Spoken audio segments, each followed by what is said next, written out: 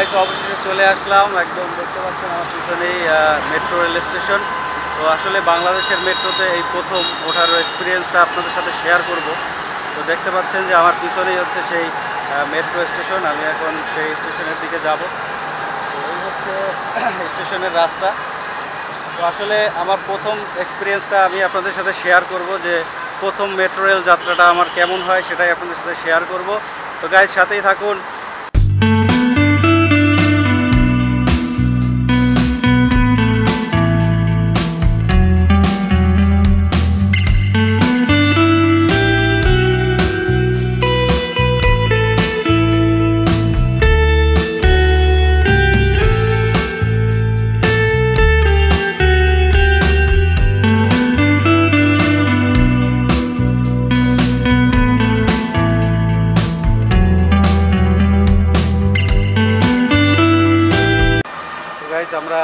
আমি লিফট থেকে উপরে উঠলাম। তো এখন ভিতরে প্রবেশ করব। তো দেখতে পাচ্ছেন যে এখানের আশেপাশের এরিয়াটা কত সুন্দর।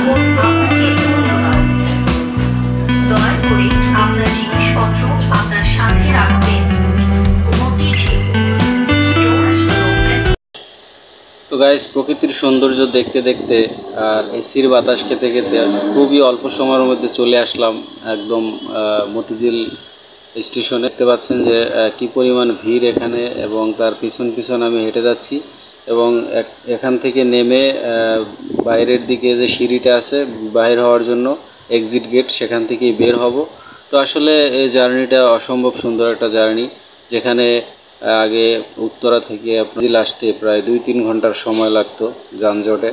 তো এখন সেই সময়টা আসলে লাগে না, মাত্র 38 মিনিটের মধ্যে পৌঁছে গেলাম। মানে ভাবতে আসলে অবাক লাগে যে কতটা সময় বেঁচে গেল আমাদের জীবন থেকে, এবং কত সুন্দরভাবে আমরা জার্নিটা করলাম।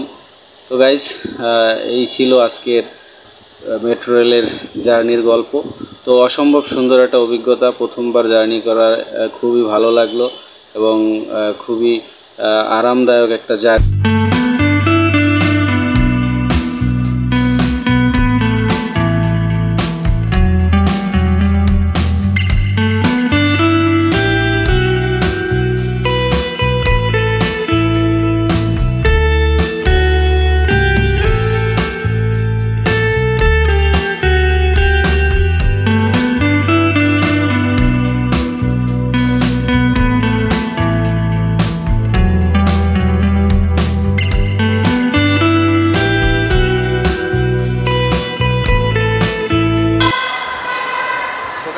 খুবই অল্প সময়ের মধ্যে চলে আসলাম মতিঝিল। তো আসলে অন্য রুটে গেলে হয়তো এত তাড়াতাড়ি আসতে পারতাম না। তো সুন্দর একটা জার্নি করলাম মেট্রো রেলে, আমার প্রথম জার্নি, অসম্ভব সুন্দর একটা অভিজ্ঞতা। তো আপনারাও যদি মেট্রো রেলে জার্নি করেন তাহলে বুঝতে পারবেন যে আসলে এখানে মেট্রো রেলের ফিলটা অন্যরকম একটা ফিল, মনে হচ্ছে বাইরের একটা ফিল। আমাদের বাংলাদেশে যে এরকম মেট্রো রেলের একটা ব্যবস্থা, এটা আসলে বোঝার উপায় নেই যে এটা বাংলাদেশ। তো গাইজ, আমি এখন আছি মতিঝিলে। তো একদম উত্তরা থেকে সরাসরি মতিঝিল চলে আসলাম। তো ধন্যবাদ আমাদের মাননীয় প্রধানমন্ত্রীকে এরকম একটা সুন্দর জিনিস আমাদের উপহার দেওয়ার জন্য।